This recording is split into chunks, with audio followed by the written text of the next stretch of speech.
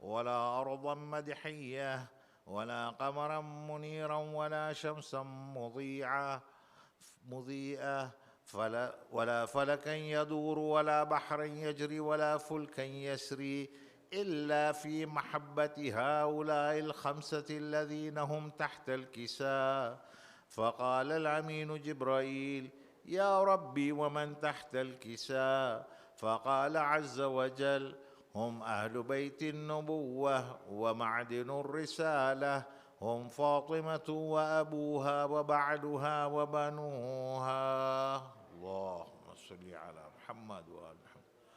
فقال جبرائيل: يا ربي أتأذن لي أن أهبط إلى الأرض ليكون معهم سادسا؟ فقال الله: نعم قد أذنت لك. فهبط الأمين جبرائيل وقال: السلام عليك يا رسول الله العلي الأعلى، يقرئك السلام ويخصك بالتحية والإكرام ويقول لك: وعزتي وجلالي إني ما خلقت سماء مبنية ولا أرضا مدحية ولا قمرا منيرا ولا شمسا مضية ولا فلكا يدور ولا بحرا يجري ولا فلكا يسري إلا لأجلكم ومحبتكم، وقد أذن لي أن أدخل معكم، فهل تأذن لي يا رسول الله؟ فقال رسول الله عليك السلام يا أمين وحي الله: إنه نعم قد أذنت لك. فدخل جبرائيل معنا تحت الكساء فقال لأبي: إن الله قد أوحى إليكم يقول: إنما يريد الله ليذهب عنكم الرجس أهل البيت ويطهركم تطهيرا. اللهم صل على محمد. فقال علي لأبي: يا رسول الله أخبرني ما لجلوسنا هذا تحت الكساء من الفضل عند الله. فقال النبي صلى الله عليه وآله: والذي بعثني بالحق نبيا واصطفاني بالرسالة نجيا، ما ذكر خبرنا هذا في محفل من محافل أهل الأرض وفيه جمع من شيعتنا ومحبينا إلا ونزلت عليهم الرحمة وحفت بهم الملائكة واستغفرت لهم إلى أن يتفرقوا. فقال علي عليه السلام: إذا والله فزنا وفاز شيعتنا ورب الكعبة. فقال أبي رسول الله صلى الله عليه وآله: يا علي والذي بعثني بالحق نبيا واصطفاني بالرسالة نجيا، ما ذكر خبرنا هذا في محفل من محافل أهل الأرض وفيه جمع من شيعتنا ومحبينا وفيهم مهموم إلا وفرج الله همه، ولا مغموم إلا وكشف الله غمه، ولا طالب حاجة إلا وقضى الله حاجته. فقال علي عليه السلام: إذا والله فزنا وسعدنا، وكذلك شيعتنا فازوا وسعدوا في الدنيا والآخرة ورب الكعبة. الله.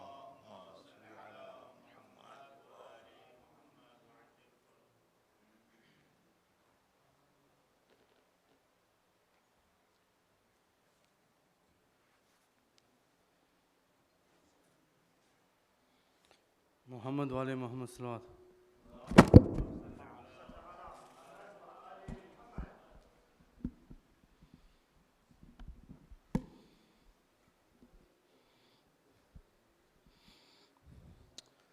Just three verses on Hazrat Qasim. Salawat.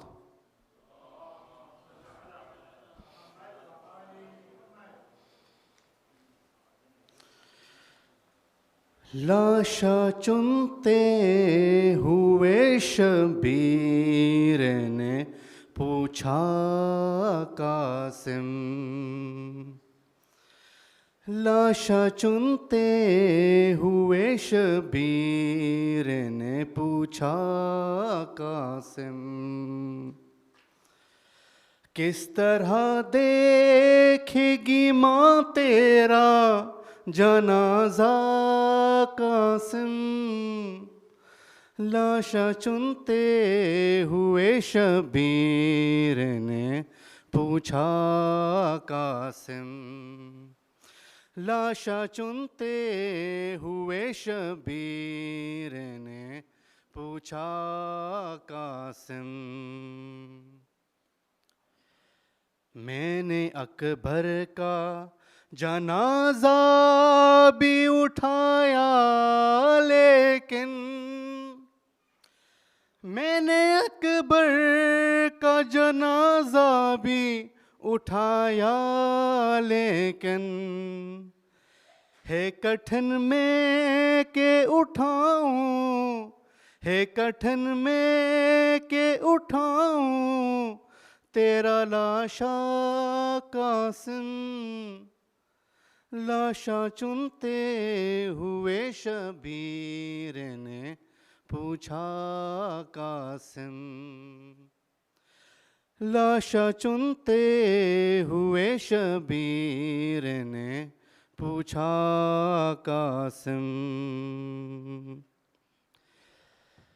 میری امداد کی خاطر ہیں چلے یثرب سے، میری امداد کی خاطر ہیں چلے یثرب سے، آئے ہیں دیکھو یہاں خود، آئے ہیں دیکھو یہاں خود تیرے بابا قاسم، لاشا چنتے ہوئے شبیر نے پوچھا قاسم، لاشا چنتے ہوئے شبیر نے پوچھا قاسم، کیسے بتلاؤں گا فروا کو، بتاؤ مجھ کو، کیسے بتلاؤں گا فروا کو، بتاؤ مجھ کو، کیسے 9 لاکھ نے مل کر، کیسے 9 لاکھ نے مل کر تجھے مارا قاسم،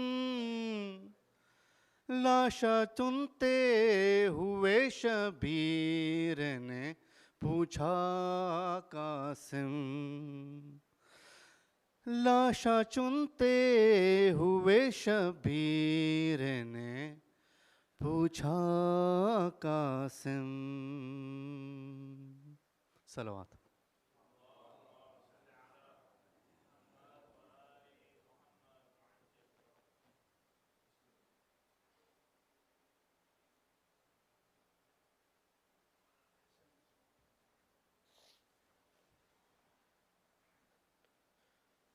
صلو علی محمد و آل محمد۔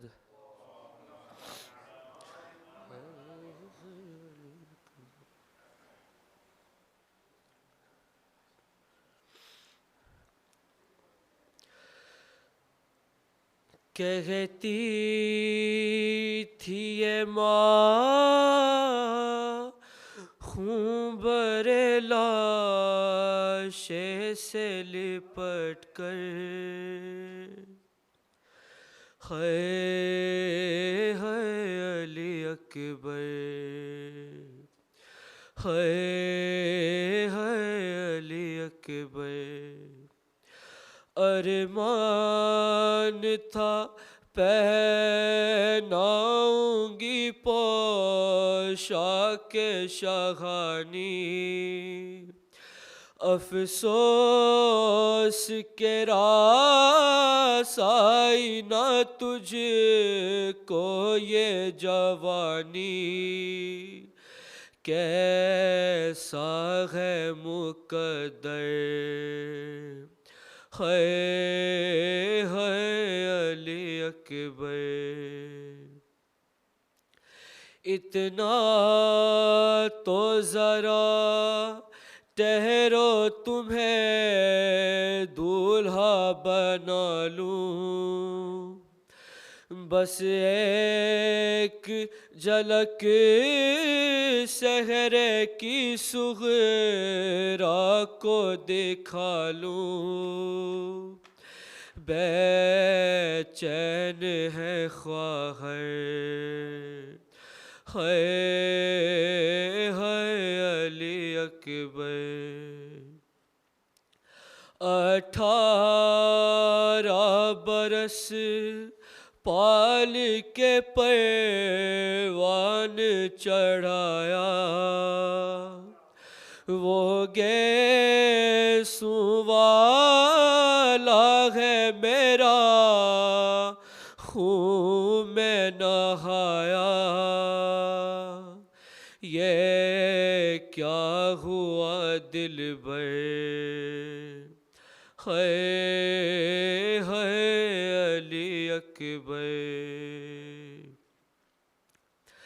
ماں تیری جدائی میں بھلا کیسے جیے گی، مر جائے گی صغرا جو خبر تیری سنے گی، اب کیا کروں جی کر ہے علی اکبر، پہلے تو ایک آواز پہ اٹھ جاتے تھے بیٹا،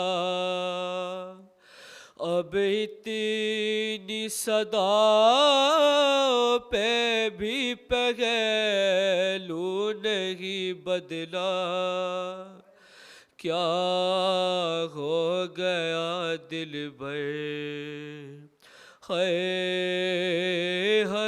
علی اکبر، تم ہچکیاں لے کے جو دم توڑ رہے ہو،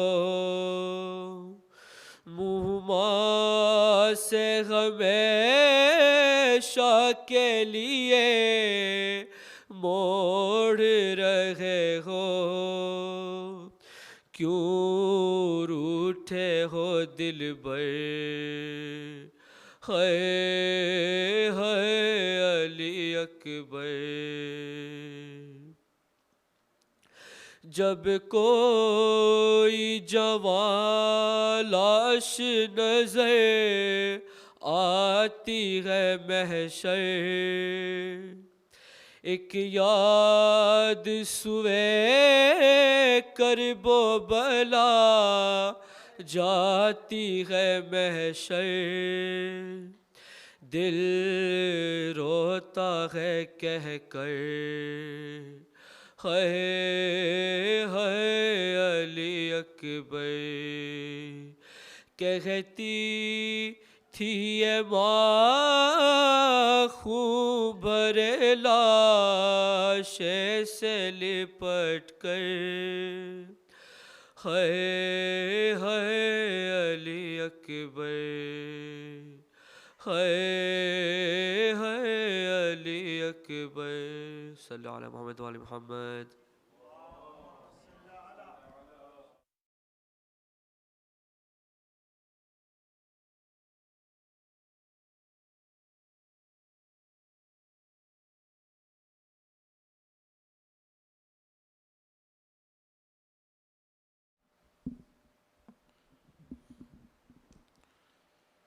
محمد وآل محمد صلوات.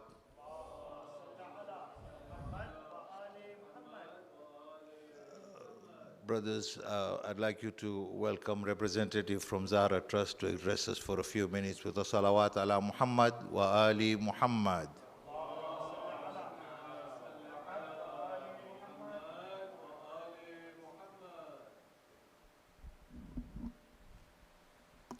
بسم الله الرحمن الرحيم ربي اشرح لي صدري ويسر لي أمري واحلل عقدة من لساني يفقه قولي السلام عليكم جميعا ورحمة الله وبركاته. Normally, when I give speeches or talks on behalf of the Zahra Trust, I like to tell a story. A farmer in Lebanon, an orphan in Iraq, a widow in Afghanistan, someone whose life has changed because of your support. But as it's Muharram, there's already a story on all of our minds, Karbala. And what I wanted to mention about that is Karbala teaches us not to disappear when the world is silent or the world loses interest.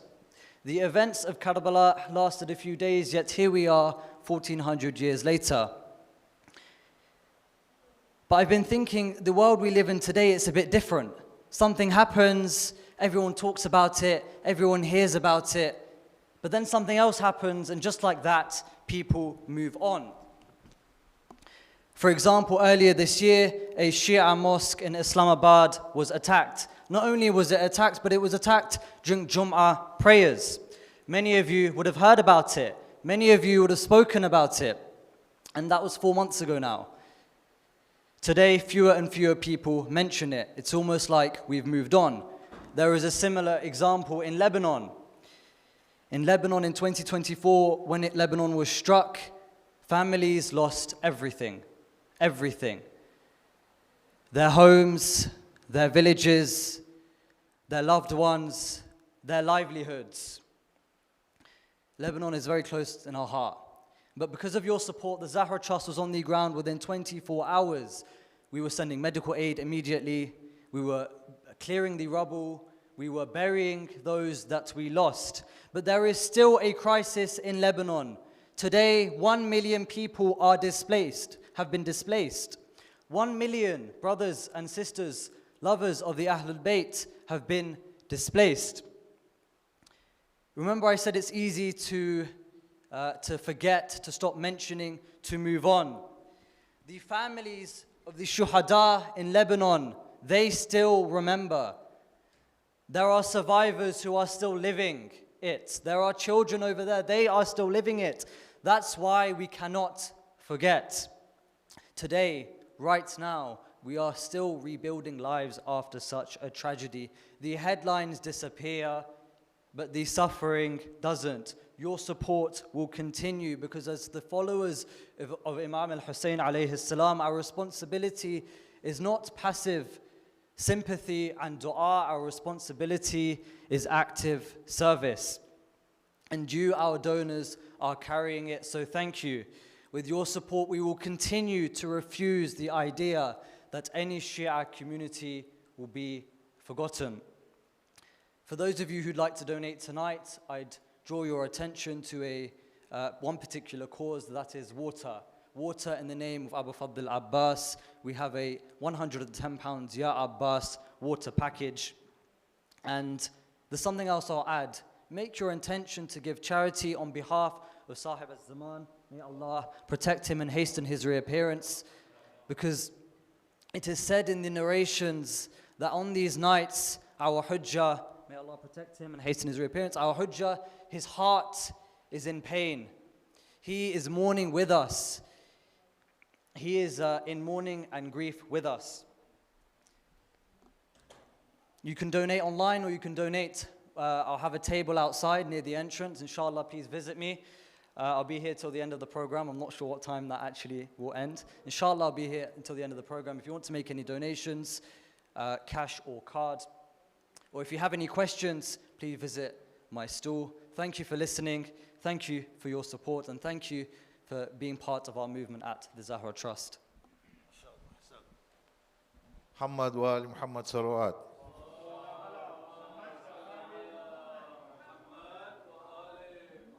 Ahsant, Zahra Trust, noble charity, they're doing fantastic work. We ask you to support them in every way you can, inshallah. Brothers, I don't know how to kind of say this. I've been repeating this every day. Let's be mindful of our neighbors. Let's be careful. Let's not talk outside, this, that, the other. I'd like to share with you what the organizers of this center have received in the form of a letter. And it says, good afternoon, I hope you are well. We have been contacted by the residents in connection with the ongoing Muharram event. They have provided us with screenshots of discussions with you along with footage of recitals through a loudspeaker and the noises outside, and the noise levels are loud and happening at around 1 a.m. Respectfully, I am concerned that if this continues, that it could lead to a statutory nuisance notice, and therefore you need to address it immediately.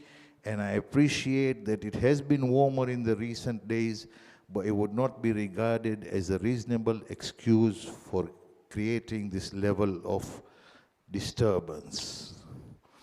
Therefore, I am bringing this to your attention so that you are able to address it without delay. Please also outline what steps you implemented once these incidents were brought to your attention. And this is from the Senior Environmental Health Officer, Community Protection. Brothers, despite numerous everyday reminders, not every day, every year reminders, we're still double parking on the roads, we're still parking on yellow lines, blocking access for emergency vehicles. I mean, if you remember 2 years ago, we needed an emergency vehicle here. Now imagine if someone would have blocked us, you know. So I don't know how to emphasize this more. What I will say is that after the program, we will not allow you to congregate outside. We will ask you if you want to talk, go to your cars or go inside. And please don't take this as us being harsh or anything. We are simply protecting. You know what? Instead of promoting the azah and the remembrance of Imam Hussein, we through our actions could be responsible for actually stopping this. And that will be a very, very big burden for us to bear on the Day of Judgment. So I don't know how more to emphasize this, but I respectfully ask for your cooperation and your support throughout these nights, inshallah. For those who would like to partake in sponsoring the tabarruk and running costs of these majalis, please speak to one of our volunteers. And may I please request you to recite Surah Fatiha for Asaria and Karawali families, Marhum Abbas Bandali, Marhum Muhammad Bandali, Marhum Nazim by Ali Muhammad, Marhum Muhammad Raza Lakha, Marhum Riaz Hussein Rajbali, Marhum Riaz Anwar Rajbali, Marhum Fazal Virani, and all our marhumin. Al-Fatiha.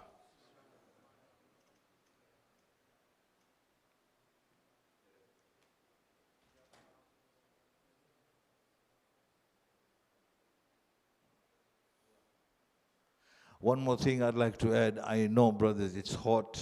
It's quite uncomfortable in here.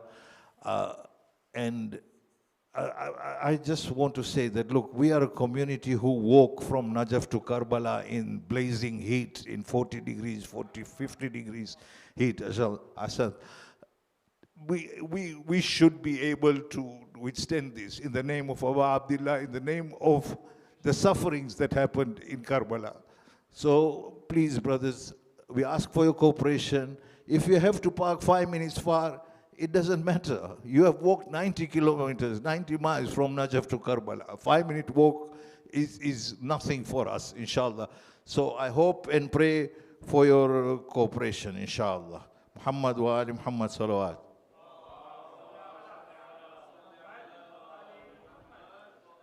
Please join me in welcoming Sheikh Ibraheim Al Ansari with a salawat ala Muhammad wa ali Muhammad.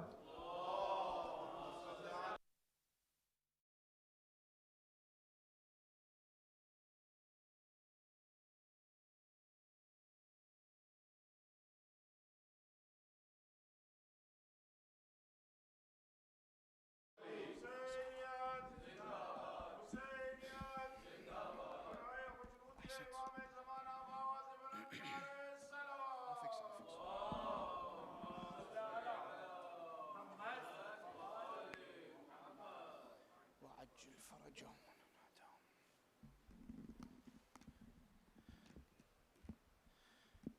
يا علي صلوا على محمد وآل محمد.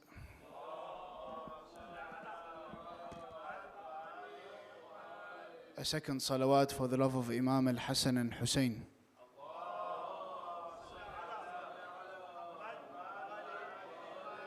A third and final salawat for the love of Fatima al-Zahra with the loudest of your voices.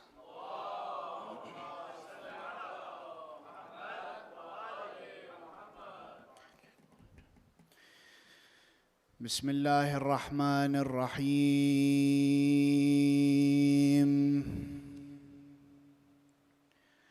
الحمد لله رب العالمين.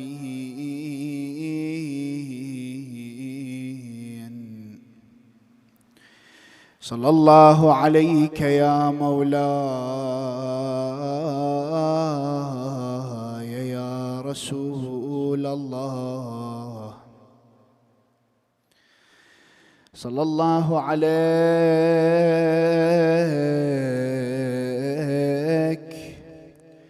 وعلى آل بيتك الطاهرين. ما خاب من تمسك بكم، أمن من لجأ إلى حصنكم سادتي. سيدي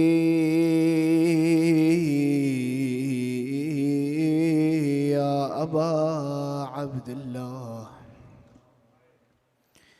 يا غريب،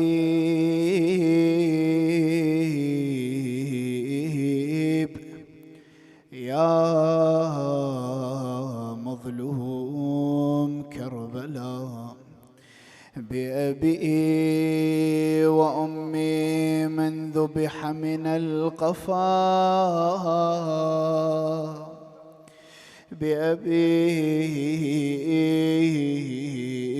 بأبي وأمي من ذبح عطشانا. May my father and mother be sacrificed for the one who was slaughtered from the back of the neck. May my father and mother be sacrificed for the one who was slaughtered thirsty. O son of Shabib, my grandfather Hussein was killed a stranger and thirsty. ابن شبيب إن يوم الحسين أقرح جفوننا، أسبل دموعنا، أذل عزيزنا. سيدي يا أبا عبد الله، يا ليتنا يا ليتنا كنا معكم فنفوز والله فوزا عظيما. قال الله تعالى في كتابه الكريم: بسم الله الرحمن الرحيم. يا أيها الذين آمنوا اجتنبوا كثيرا من الظن إن بعض الظن إثم ولا تجسسوا ولا يغتب بعضكم بعضا أيحب أحدكم أن يأكل لحم أخيه ميتا فكرهتموه واتقوا الله إن الله تواب رحيم. صدق الله العلي العظيم. Enlighten this majlis and bless this gathering with 3 loud salawat ala Muhammad wa ali Muhammad.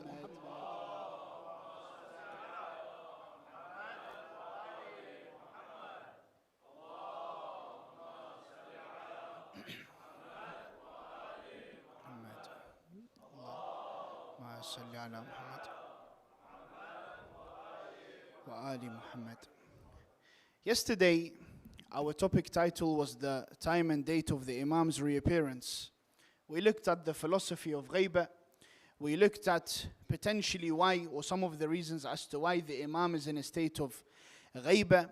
We looked at the signs of the Imam, and we looked at the philosophy of those signs and what they are really meant to be. And we understood that there were signs of discipline and signs of preparation more than signs that were created as timestamps for us to predict the time of the arrival of the Imam. That was in general what we spoke about yesterday. Today, many of you would have heard the Quranic verse I started with and would go to the assumption that today's topic is backbiting.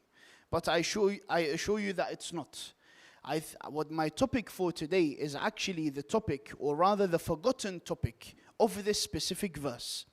This specific verse, Surah Al-Hujurat, verse number 12, starts with a very important aspect. And it says, "O you who have believed, do not make assumptions of others. Do not have negative thoughts of others. For some of those assumptions are what? A sin." Then it says, "And do not spy, and do not backbite each other. Does anyone like to eat the flesh of their own dead brother while they are dead? This is something that you would hate. And be conscious of Allah. Indeed, Allah Azza wa Jal is the one who is forgiving." This part of the verse, the last part of the verse, many times is focused on. The concept of ghibah, the concept of backbiting, and all of that is spoken about many times. Maybe the concept of spying is also forgotten. But the concept I want to focus on for today is the first aspect, which is the aspect of assumptions and the aspect of judging one another.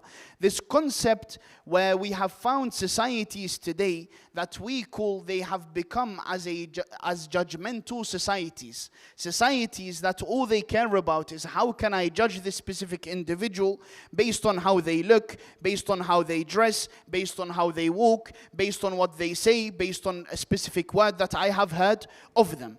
And when you listen to a topic like this, or rather when you read, into a topic like this, you understand that the magnitude of these types of things are not what? Are not small. The magnitude of these little things that we don't really think about, that we just do without even realizing, without even thinking about it, is actually massive. And the effect it has is great. The effect it has is an effect that at the end of the topic, inshallah, and at the end of the talk, you will understand the magnitude that it caused to, or rather the effect it caused on the enemies of the Ahlul Bayt when it got them to stand against the enemies. When it got them to stand against the Ahlul Bayt. Sallu ala Muhammad wa ali Muhammad.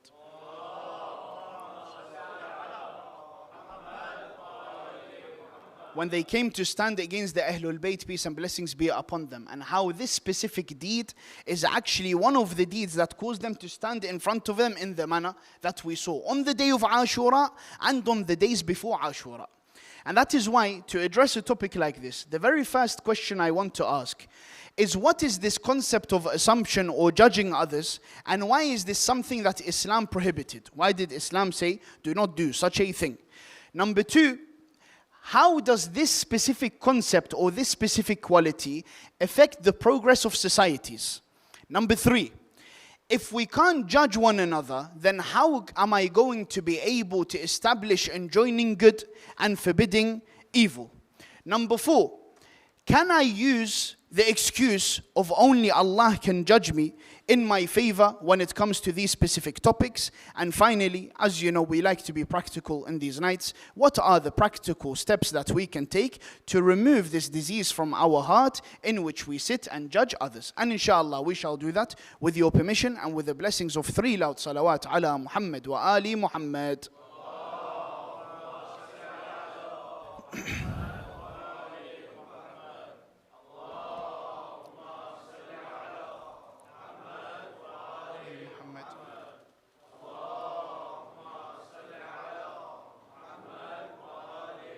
And a very small request to the AV team, if I can have the sound a touch louder, please, because with all the fans on as well, it doesn't allow me to hear it properly. Jazakumullah khair jaza, may Allah bless you.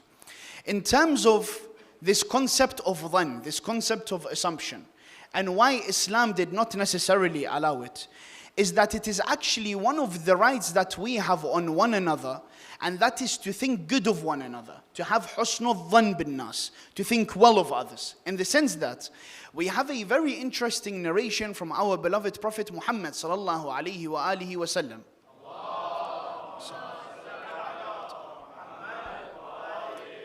In which Rasulullah said that there are specific things that become a hurma, specific things that become a sanctity when it comes to a Muslim.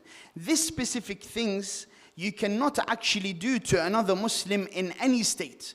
One of them is to spill the blood of a Muslim. A Muslim, their blood, there is nothing that allows for a person to spill the blood of a Muslim. Number two, no one can steal the money of a Muslim. Number three, the family of a Muslim must always remain safe within a Muslim community and a Muslim society. What else? And the right you have towards one another, that you do not think bad of one another.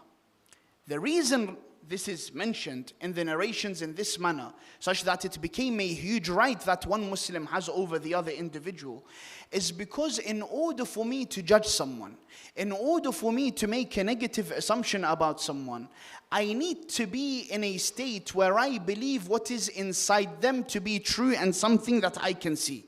In the sense that I must be in a position where I am assuming that I know their intentions, and I am assuming that I know their history, and I'm assuming that I know their background, and I'm assuming that I know every single step that individual took within their life that caused them to be a certain way, or caused them to look a certain way, or caused them to act a certain way, or speak a certain way. And based on what can I even reach such a position?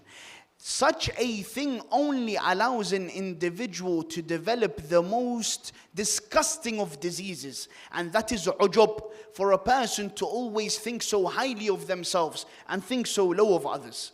Recently, we mentioned a very interesting narration from the time of Nabi Allah Musa alayhi wa ala nabina wa alihi afdal salati wa salam, and there's no harm in repeating it for this specific point. And I mentioned to you that Musa one day, Allah Azza wa Jal asked him, "O Musa, go and find someone whom you think you are better than." We remember this narration, inshallah. He said, "Go and find someone whom you are better than." And Musa went and looked and looked and looked, a summary of this narration, and he couldn't find anyone or anything for that matter. If you remember the end of the narration, I even mentioned that he looked at an ill dog. He looked at an ill dog. And he said, maybe this dog has done something in their life that increased in its status in the eyes of Allah. Musa is a prophet. Musa is a messenger. Musa is of ulil azm. You can't get higher than that. He looks at a dog and he says, I cannot accompany the dog back to Allah Azza wa Jal. Then he goes back to the Almighty. And Allah says to him, I asked you to do something very specific. I asked you to bring something with you. You've come empty-handed today. You've come with no one. Musa said, "Oh Allah, I looked at everyone, but I didn't know what is inside them." Allah replied to him, "Oh Musa, if you had come back with anything, I would have taken off prophethood from you in the same manner that a man takes off their clothing." This, massive lessons. Massive lessons. Musa, who's of ulil azm, looks at animals. I'm not even speaking about people, let alone people. He looks at animals and he says that animal might have done something. That is why I mentioned we are assuming we know their background. We are assuming we know their history. And that is why I remember once, and this is of the beauties of being around scholars, there was a very interesting lesson I learned once upon visiting a scholar in the holy city of Najaf. We were sat down, we were waiting for prayer, and there was a group that were sat. Those of you, and many of you have been to Najaf, and may Allah subhanahu wa ta'ala grant you the opportunity to go to Najaf very soon again, inshallah. You've seen that there are a lot of poor people, and the poor people of Najaf usually show that they are poor with the way that they dress. Usually they have a ripped dishdasha, maybe the dishdasha buttons will be open, there will be some stains on it. A man walked in, and this man that walked in looked a certain way. And the way he said salam was also quite weird, in the sense that he said salam, but not in the usual way that we do. Salamun alaykum, and he sat down as though he's been in this specific place for God knows how many years, and as if he owns it, as we say in Iraqi. It caused some people to smile, not even laugh, smile. The scholar was very upset. He looked down, and then the adhan went off. He went to pray. After prayer, this man who came to join the jama'ah left. Those who remained, he sat with them. He said to them, I don't want to point fingers at anyone, but never ever repeat this act of smiling at someone entering in this manner. Everyone changed their faces instantly. He said, how do you know that this person that walked in is not a wali of the awliya of Allah? How did you even get to that assumption? How do you know? Just because they look a certain way? How do you know? Maybe Allah Azza wa Jal has granted them such a status that they are of the awliya of Allah Azza wa Jal. This really changes the perspective and the manner that we look at other people. Islam came as a religion of community. Islam came to make sure that the progress of society is at its best. Having su'u dhann, always thinking negatively of people, will never help in such a issue. For two reasons. The first is a personal reason. The second is a communal reason. The personal reason you find in Nahjul Balagha, by the words of Sayyid al-Bulagha, Amir al-Mu'mineen, Ali ibn Abi Talib, alayhi afdal as-salati was-salam. He says, the one who has man sa'a dhannuh, the one who has bad thoughts of people, istawhasha min kulli ahad. Do you know what this means? It means they feel alienated from every single individual. They don't feel a belonging anymore. Do you know why that is? Because when I'm not speaking to anyone here, I'm just thinking of myself. When I start thinking to be better than other individuals, all that does is it inherits arrogance within me. And arrogance is the most dangerous disease that you can find within a human being or any creation for that matter. Imagine the disease of arrogance is to that extent that Iblis, Allah Azza wa Jal, although he is of the jinn, Allah allows him to be with who? With the status of the angels. One moment of arrogance caused him to be separated from all of those angels and to be cursed until the day of judgment. Arrogance is not a small sin. This concept of having bad thoughts of individuals, the only thing it will do to me is it will inherit arrogance. The other thing is what I mentioned earlier, it will inherit ujub within me. I will always be so proud. Holier than thou, as they say, right? I am the best at this, I'm better at this. Look at this person, they're not even comparable to me. Based on what? Of course, I will always isolate myself. I'll lock the door and I'll sit at home. And this has happened. This has happened. You know of examples. This has happened. I cannot be in this community. Yeah, but why can't you be in this community? Because when I go, they do this and this. So, is this how Islam taught you to be within this community? I cannot attend the majalis. Why, Habibi, you can't attend the majalis? Because when I attend the majalis, I hear someone at the door saying, so what? So what? And we are all free of sin, in that case, and we are all free of anything. And we can't make the environment for us to help one another on this. So from an individual perspective, it will cause me to isolate myself, but not a healthy isolation. There is healthy isolation. Please don't misunderstand me. There is healthy isolation that is mentioned within the riwayat, and that is when someone becomes afraid that they will lose their religion. This is healthy isolation. This is unhealthy isolation, because all it will do is it will make the person lose their religion. It will make the individual lose their relationship with Allah Azza wa Jal. Because they start worshipping not the worshipper of a slave, rather the worshipper of an arrogant individual who thinks they are the best worshipper of Allah Azza wa Jal. This was the position Iblis was in. I'm not trying to scare anyone. I'm speaking a reality. Iblis said, Allah, I don't want to prostrate this few seconds sajda to Adam. Let me perform a sajda of 1,000,000 years. That is better. Who said it's better? Who said it's better? But an individual gets to the point where they become proud, they become arrogant, they end up isolating themselves from the people. They can't connect to people anymore. They become alien to them. This is on an individual level. On a communal level, it has a big effect. How do you expect a society to progress? And how do you expect a community to go forward if all we can think of is that any step that I take, I might be judged on? As though I am walking into an area, or rather I'm walking into a community that is filled with CCTV, filled with surveillance. Any step that I take, I am going to have an eye on me that judges me. Do you know how scary that is? Do you know how scary that is for a believer to be living in such a society? How do you expect someone to get closer to their religion in this matter? Because now every question they ask, maybe they will judge me when I ask this question. Every step they take, maybe they will judge me if I do this. Have you not found such a thing? Do you not know of examples, each one of you, when I say these things? Or am I just speaking out of my own pocket because I've been away from London for a while? Is this a reality or not? If it's a reality, then we need to do something about it. If it's a reality, then we need to be individuals that help strengthen the community in understanding that we are welcoming individuals. We are individuals that have our arms open to anyone that wants to come and ask whatever you want to ask and behave in whatever manner you want to behave. And together we will progress. Behave in whatever manner you want to behave. I'm not saying that anyone can behave in the wrong manner, but welcome them and allow each other to progress.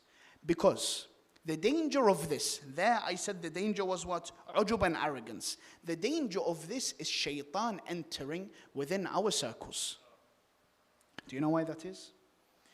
You know, one of the easiest routes for shaitan is not to tell someone, go and drink alcohol. No, this is very difficult. Because already the nafs doesn't always like this. The easiest thing for shaitan is that when he sees someone praying in this mosque, he tells you, uncle is watching you. This person is going to see that you took too long in your sujood. This person is going to see that you read your Surah Al-Fatiha too quickly. This is the most dangerous one. The most dangerous entrance of shaitan is when you want to sit and cry for the masa'ib of Aba Abdullah, and the shaitan tells you, don't shout for the musibah of Aba Abdullah. They will think you're just pretending. This is dangerous. This is dangerous. That usually comes when an individual subconsciously always has this in their mind that I will be judged on whatever I do. A major issue. How do you expect us, Ibrahim, to perform in joining good and forbidding evil when you have given all of this introduction? I say, let us go back to the concept of enjoining good and forbidding evil. Did it promote this way? Or did it come under a certain mannerism? Islam, I mentioned what, is a religion of community, a religion to make societies progress. Allah Azza wa Jal says in the Quran, Bismillah ar-Rahman ar-Rahim, كنتم خير أمة أخرجت للناس تأمرون بالمعروف وتنهون عن You are the best of nations taken out to the people. Why did you become the best of nations taken out to the people? You enjoin good and you forbid from evil. This concept, as long as you uphold it as a community, that is your formula, and I say this without hesitation. This is your formula to the best society you can ever think of. Enjoining good and forbidding evil. Wallah. This topic by itself deserves a whole 10-night Muharram series. Wallah al-Azim. Enjoining good and forbidding evil. So much to say in this specific topic. The progress of society and the success of society is based on this. To the extent where the failure of the Muslim Ummah at the time of Aba Abdullah al-Hussein was what? Imam al-Hussein told us, I saw that people stopped enjoining good and forbidding from evil. That was the failure. So I came out to enjoin good and forbid from. That was the route to success of that ummah. So you realize the effect of enjoining good and forbidding evil? Now this specific concept, I agree, societies are supposed to progress with this. But again, I remind you, societies are supposed to do what? Progress within it. Progress is not going to be available to a society if we are always cutthroat with every single individual, because all it will do is it will cause people to pack their bags and leave this community that they are dealing in. Hence, Amr bil Ma'ruf and Nahi anil Munkar, though it is wajib upon everyone, it came under certain conditions that make extra Amr bil Ma'ruf and Nahi anil Munkar based on a wajib kifai. That certain individuals have to do it, not everyone has to do it. Of the conditions that are mentioned, there are many conditions, there's about 5 as mentioned in the Minhaj of Ayatollah Shaykh Sistani, may Allah prolong his life. The ones that matter for this specific topic is the following. Number 1, you must be certain that the individual performing the evil is continuous in performing that deed. How related is that to what we are talking about? Continuous in performing that deed. Not the first time you saw something specific, a specific sin. Don't do this. Why are you doing this? You must be certain that they're what? Continuous in performing that deed. This is the first. One of the other conditions that affect our topic in this specific case is that the person performing this specific evil does not have a legitimate excuse to do it. Sometimes an individual has an excuse as to why they are doing something specific. The common example, and this is the easiest example, and you can think of other examples, is a woman who is not fasting during the month of Ramadan. How many excuses could a woman have to not fast in the month of Ramadan? Legitimate excuses I'm talking about. Now the next time I see a woman eating in the month of Ramadan, you're eating, you're not fasting, you are of those who are transgressing against Allah, you're a sinner. Why? Maybe they have a legitimate excuse. Likewise, any believer that is performing something specific, think first, do they have an excuse or not? Before you are going to talk to them about this specific evil that is being performed. The third condition that is related to what we are talking about is that the individual performing, or rather the individual enjoining the other person or forbidding the other person should be aware and knows of the hukum of the thing that they are talking about. You might tell me, how is this related to judgment? It's related to judgment because many times we judge individuals based on things that we don't really know about, based on random assumptions of specific fatwas, and therefore this person is a sinner and that person has done something wrong and that person, why? Why? I need to be an individual that is aware of what I am saying. See, these conditions, when they are met, yes, you'll find an individual enjoining good in the proper manner, and the opposite side will never feel judged. See, this is the beauty of Islam. The whole point of enjoining good and forbidding evil is it is supposed to be effective. So don't do that which is counterproductive. We want to progress, we want to move, we want to have an effective conversation. Why start in a manner that causes an individual to be defensive from the get-go? Oh, this doesn't make sense. That is why Islam put all of these conditions in place. But here is a big question. Can I use the excuse of Allah is the only one that can judge me? After saying all of this, I think this is a major issue. Can I use such an excuse? Only Allah can judge me, don't talk to me. This is also misunderstood in the worst of manners. The worst of manners. Haram is haram. Whether you want to find an excuse for yourself or not. I'm not here to judge you. I just said we don't judge. But what I am doing is reminding you, a haram is a haram.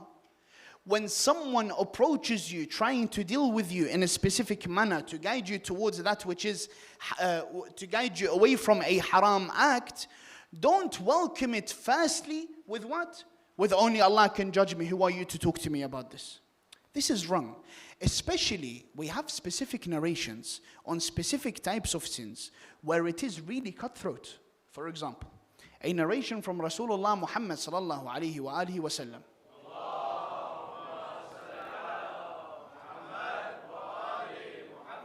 The Holy Prophet says, the one who drinks alcohol after it has been made haram on my tongue.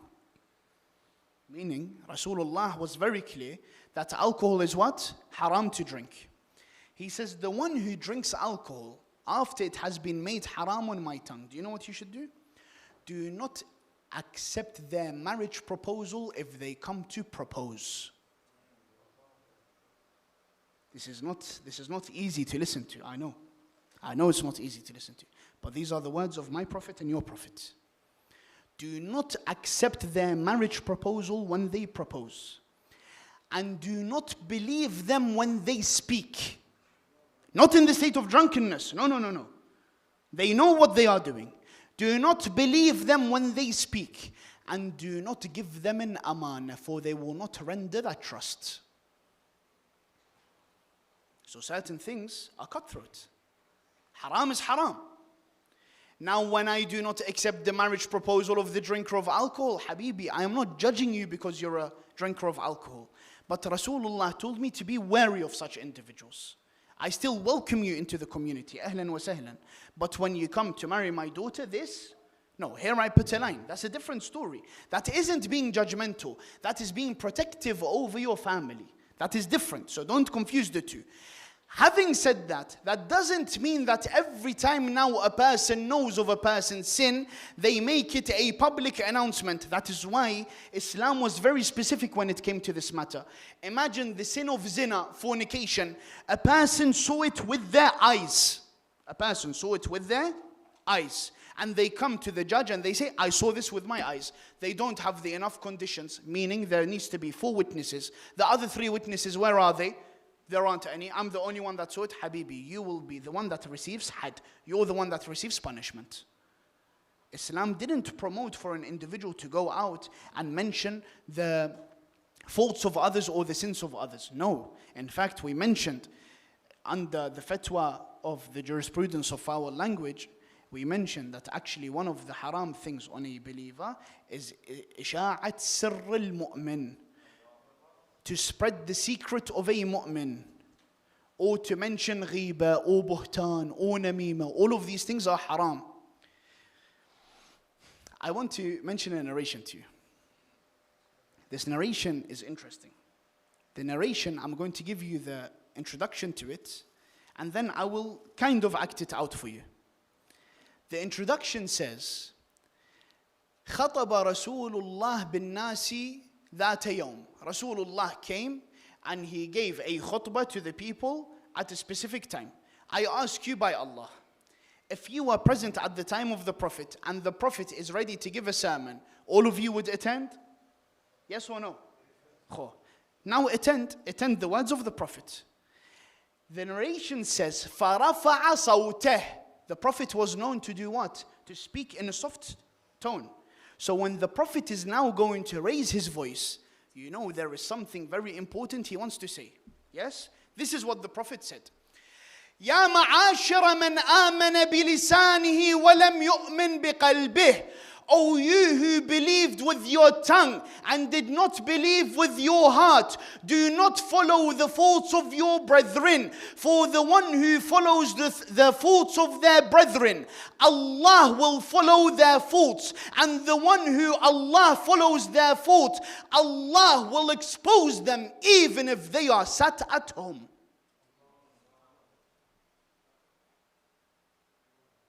Just let that sink in for a second. Don't follow on the faults of other people. Why? Because Allah has promised that the one who does so, he will be the one that follows on their faults. He will be the one looking for their faults. Allah Azza wa Jal, who is known as Sattarul Uyub, the one who conceals faults, he says, here, I will not conceal a fault. I will expose this individual even if they remain at home. So just because you have a specific thing that you have on another believer doesn't mean that now I'm going to go and spread it and all of that. Let alone if it is dhann. Let alone if it is just a random thought that a person has in their mind. An assumption that they have in their mind. And that is why, as I promised, practical solutions to such a topic. Number 1, self-accountability. What do I mean with self-accountability? let me reflect on myself before I judge others.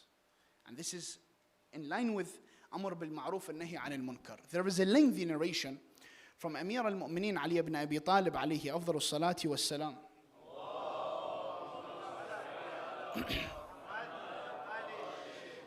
On the topic of why dua is not answered. It's very lengthy. I'll mention parts of it. In it, he says that you said that you believed in Allah, but you didn't follow His commands. And you said that you believed in His Prophet, but you killed His Sunnah. And you said that you wanted heaven, but you walked away from it with your actions every day. And you said that you did not want to enter the hellfire, but you walked towards it with your actions every single day. What else?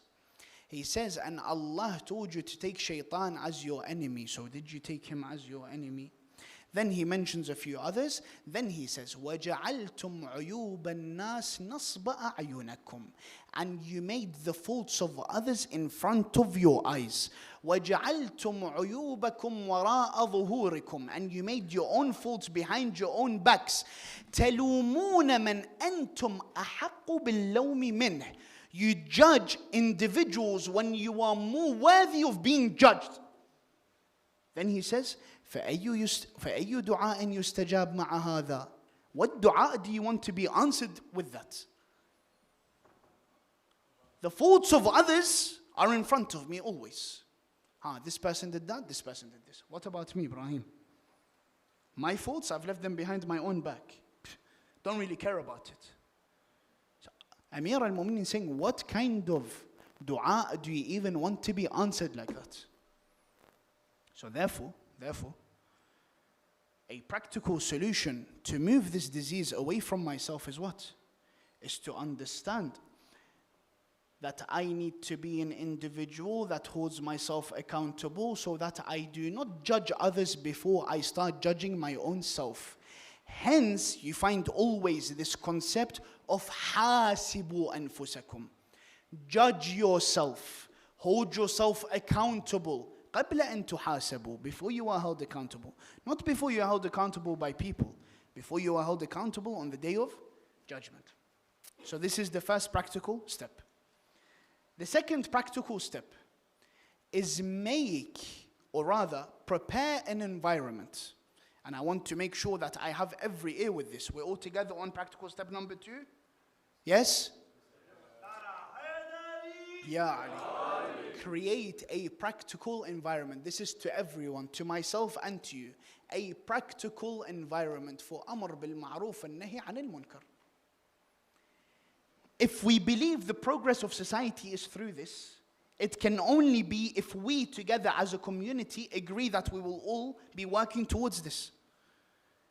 But place the right place for it. Prepare the right ground for it. Not every time someone came and told of your son and your son was upset by it, you come and you say, why did you talk to my son in this manner? Who gave you the right to talk to him in that manner? Prepare the right environment for Amr bil Ma'ruf and Nahi anil Munkar. Let the community get to the point where we trust each other to such a point that all of us are together raising a community preparing for Sahibul Zaman. That cannot happen unless the ground is prepared for what? Amr bil Ma'ruf and Nahi anil Munkar. Practical step number 3. Understand what ithim is. Understand what dhann is. And dhann is ithim. Assuming, judging others is a ithim as described in the Quran. The verse we started with, O you who have believed, do not have negative assumptions. Why? Because some assumptions, inna ba'd al-dhann, what? Ithm. Is what? A sin. Do you know why it is a sin? We have a very interesting narration from Rasulullah Muhammad sallallahu alayhi wa alayhi.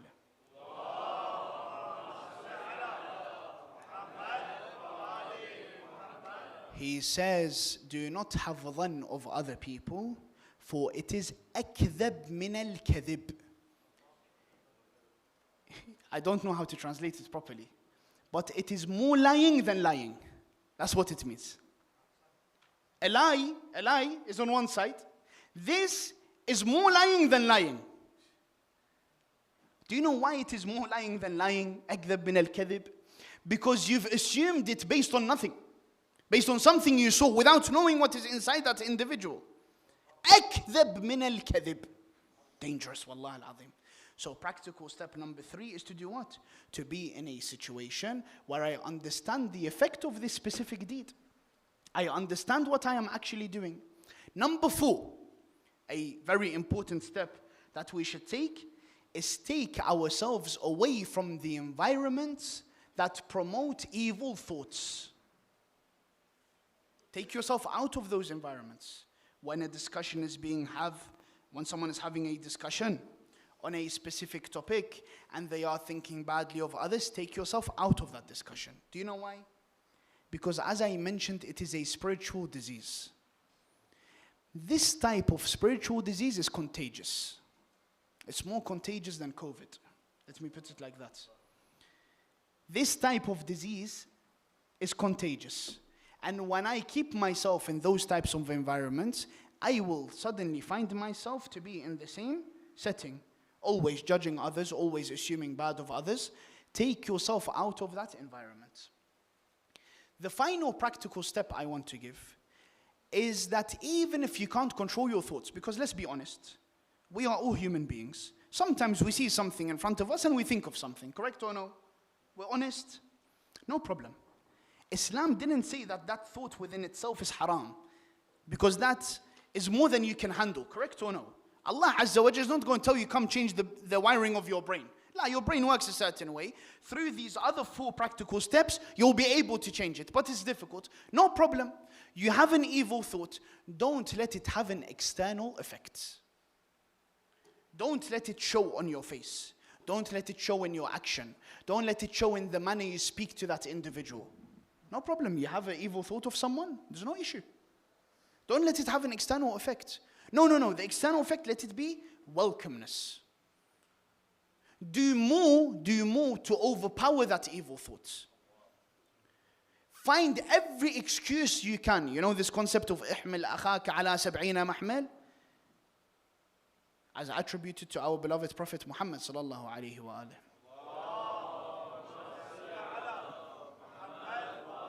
Find 70 excuses to your brother. Try and find them. Convince yourself such that it does not have an external effect. Do you know why? Because when it has an external effect, it will ultimately lead to blindness of the heart. It will ultimately lead to the death of the heart. It will ultimately lead to hate. You know, those who hate specific races, those who hate specific countries. Why is it? It's because every time they assumed and judged, what happened to them? They got to the point where they started and allowed it to have an external effect on them. It built that hate within them. There's a very dangerous point that I initially didn't write in my notes when I was preparing. And I wasn't planning to say it. But I feel like we've been here for 9 nights. And I can, alhamdulillah, we've become a family now, right? Yes? I can mention this. How many times have we had the case when, because we have bad thoughts of a specific individual who carries a specific name of the Ahlul Bayt, assuming, like for example, Ali or Fatima, we allow it to have so much external effect on us, it shows on us so much outwardly that it gets us to the point where we even start to say, I hate the name Ali. Such that when a person tells you, name your son Fatima, your daughter Fatima, I hate the name Fatima. Yeah, but why? Because this person is called Fatima. Isn't this a reality? I'm not speaking from my own head, am I? I'm not bringing stuff from my own pocket. You're smiling because you know. So don't let it have an external effect, because it will lead to hate. It will lead to hate. You have plenty of examples in history. Individuals who judged and had dhann and then stood against Amir al-Mu'mineen. Should I give you an example? Zubair one day stands with Rasulullah. Ali ibn Abi Talib is walking. He says, Ya Muhammad, inna fi Ali zahu. Ali is proud of himself. He thinks too much of himself. He saw the manner in which Ali ibn Abi Talib walked. He said he's proud of himself. He thinks so much of himself. This is what? Dhann. negative assumption. Rasulullah replied to him. He said to him, no, O Zubair. Rather, Ali is full of izzah. Ali is full of might. Ali is full of honor. وَالْعِزَّةُ لِلَّهِ وَلِرَسُولِهِ.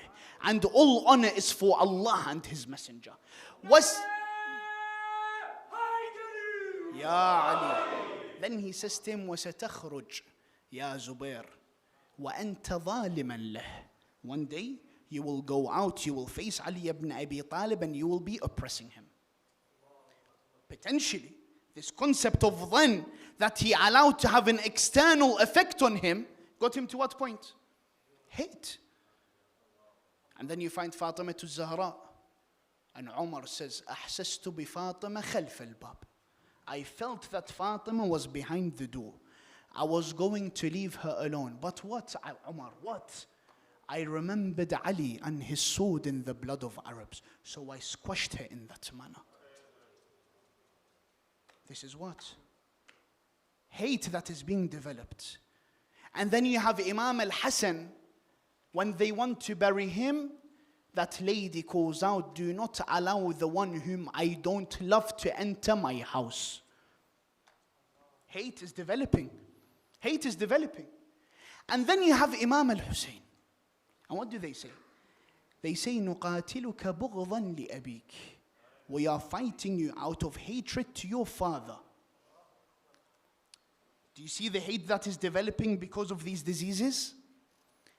Out of hatred to your father. In fact, I want to prove something to you. I want to prove to you that that was an excuse. I want to prove to you that they fought Hussein out of hatred for Muhammad. Do you know how? When it came to an infant, they said, لا تبقوا لأهل هذا البيت من باقية. Don't allow anyone from this household to remain. The household of who? This is the household of Ali. This is the household of Muhammad before it is the household of Ali. Should I prove it more to you? When Ali al-Akbar goes out, what does Imam al-Hussein say? He says, oh Allah, witness that the one who resembles your Prophet the most in terms of looks and in terms of mannerisms has just gone out to fight them. Do you know how much he resembled Rasulullah? Imam al-Hussein said, every time we yearn to see our grandfather Muhammad, we would make him walk in front of us. Listen to me very carefully. This point I'm ending with. Every martyr in Karbala was killed and left alone. Even Abu al-Fadl al-Abbas, he fell off his horse and they left him before he even died. Qasim was struck, they left him before he even died. All of them were left to bleed. Some, yes, were beheaded, like Wahab and others. Ali al-Akbar is the only one. When they looked at him, they saw Rasulullah. They started cutting him into pieces. Tell me I'm wrong.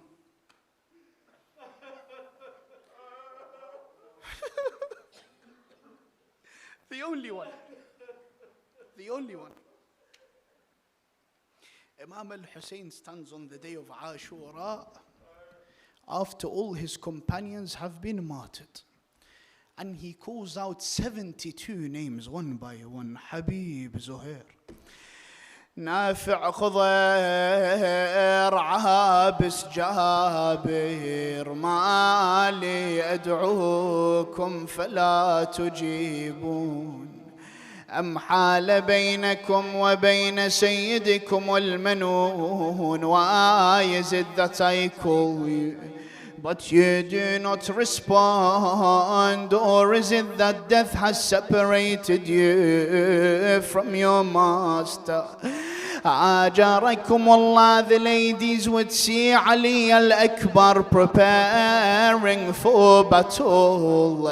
They began pulling on him, kissing his hands and his feet, saying, oh Ali, do not leave us today. He said to them, today I have to defend my father, Aba Abdullah. He went to Imam Al Hussein. He said to him, my father, do you allow me to enter the battlefield? The narrators mention Imam Al Hussein began tearing up. The moment Ali Al Akbar saw the tears of his father, he knew that this was his permission. Do you know what this means, oh believers? Imam Al Hussein never said to Ali Al Akbar, go into the battlefield.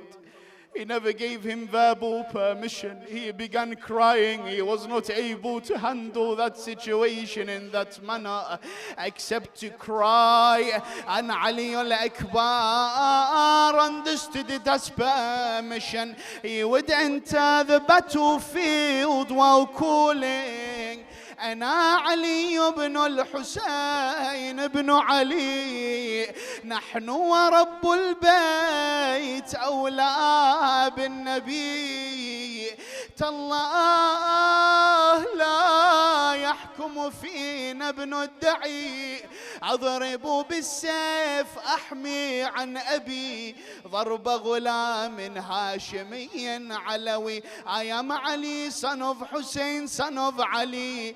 By the Lord of the Kaaba, we are closer to the Prophet. I will strike you with my sword, defending my father. The strike of a Hashemite Qarashite youth. That an Imam al-Hussein would be standing looking towards Umar ibn Sa'd while saying, woe upon you, O Umar, may Allah cut your progeny in the manner that you have cut mine, and may Allah send the one that will kill you while you are lying in your bed. Then he would turn to the heavens and he would say, Allahumma shahad, oh Allah, witness that to them has gone out the one who resembles your Prophet the most in terms of character and mannerisms and looks, has just gone out to fight them. And every time we yearned for your Prophet, we would look at Ali al-Akbar. Ajarakum Allah, that Layla is standing by the door of the tent looking at the face of Aba Abdullah. Now I want you to take your hearts to Karbala. I am talking to the mothers. Imagine you are looking at the face of Aba Abdullah. At one point he is smiling, and another point his face would change. She said, oh Aba Abdullah, has anything happened to my son? He said, no, oh Layla, but one of the strongest of warriors has just approached him. What do I do, oh Aba Abdullah? He said, oh Layla, enter the tent and make dua, for I heard my grandfather say the dua of the mother for her son is accepted. I ask you, oh mothers who are listening, by Allah, if your son was in the battlefield, in what manner do you make dua to Allah? I'll tell you what Layla said. She entered the tent while saying, Ilahi, I beseech you by your Prophet Muhammad, oh Allah, I ask you by the state of Hussein, oh Allah, I ask you by the thirst of Hussein, oh Allah, I ask you, the one who returned Yusuf safely to Yaqub, return my Ali safely to me. And truly Ali al-Akbar returned holding the head of Bakr ibn Ghanim. Now I talk to the fathers. Fathers, imagine your son is approaching you. Do you know in what manner? He said to him, Father Aba Abdullah, the thirst has killed me. The heaviness of the metal has made me tired. Father Aba Abdullah, is there any water that I can drink? Imam al-Hussein performed a specific action that embarrassed Ali al-Akbar. He said, my son Ali, look at my mouth and look at my tongue. Do you know why he became embarrassed? They say because there was no tongue drier than the tongue of Abu Abdullah. Then he said to him, my son Ali, soon you shall meet your grandfather, and he will give you a cup of water, after which you will never feel thirsty again. But oh Ali, go into the tents and bid farewell to your mother Layla, for she is worried about you. Now I turn to the youth, I ask you, oh youth, those of you, if you were to enter the house, can you imagine you find your mother lying unconscious on the ground, her face wet from tears? Yes, it's made you cry, huh? Imagine Ali ibn al-Hussein entered in that manner. Do you know what he did? He carried the head of his mother, he placed it on his lap, he cried so much that the tears started falling on her face. She woke up from the tears of her son. The moment she woke up, she shouted, Wa walada, Wa Aliya. She would embrace him, one final embrace. Ali al-Akbar would enter the battlefield. He would fight them bravely until they started throwing rocks and pebbles at him. Then an enemy of Allah would say, Wallah, today I shall make his father weep over him. He approached Ali al-Akbar from behind. He would pierce his spear in the back of Ali al-Akbar. Then he would strike him with a sword on the head. Ali al-Akbar embraced his horse. Ajarakumullah, blood started trickling from his head on the eyes of the horse. The horse became blind, confused. It started galloping towards the tents of the enemies. They pulled him off his horse. They put him on the ground. They started cutting him into pieces. One of them would strike him with a sword. The other stabs him with a dagger. The other stabs him with a spear. The other shoots an arrow from a close distance.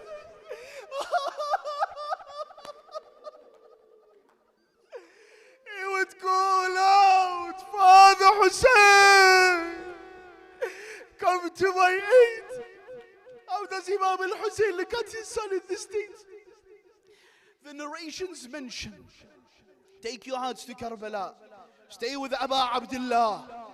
Do you know what the narration says? The moment he saw the body of his son, he threw himself off the horse. Then he placed his cheek on his cheek. He sat beside Ali al-Akbar. Is your heart able to handle what I'm going to say now? Wallah, I don't know. Ali al-Akbar was smiling, and then he cried. Imam al-Hussein said to him, my son Ali, you were just smiling, now you are crying, what happened? He said to him, Father, ya Abu Abdullah, this is my grandfather Rasulullah holding a cup of water, and he said he has a cup saved for you, oh father. He said, Ali, why are you crying? He said to him, Father Abu Abdullah, this is my grandmother Fatima. Every time she sees a teardrop from your eye, she would slap her face. Aywa Aliya wa Sayyida. Until Imam al-Hussein would hear his son, the one who resembled Rasulullah in speech, say, Ashhadu an la ilaha illallah wa ashhadu anna Muhammadan Rasulullah wa anna Aliyan bil haqqi waliyah. Then his soul would depart his body. Aywa Aliyah. Do you know what Imam al-Hussein did? He took from the blood of Ali al-Akbar and he wiped his beard with it. Then he took more blood and he threw it to the heavens. Imam al-Baqir says not a single droplet would fall down. This part breaks the heart. Then he got up. Yesterday I said the musibah of Abu al-Fadl al-Abbas. Imam al-Hussein came, he tried to grab Abu al-Fadl, he tried to carry him back to the tent. Al-Abbas rejected. Al-Qasim, Imam al-Hussein carried him chest to chest. When he carried his son, he began carrying him, then he dropped his son. He said, "Oh nephews, come and carry your cousin, for I have no strength to carry him." Aywa musibata. Ali, my son. Ali, my son. In front of me, you're lying. Ali, my son. In my hands, you're dying. Ali, my son. This was my worry. Ali, my son.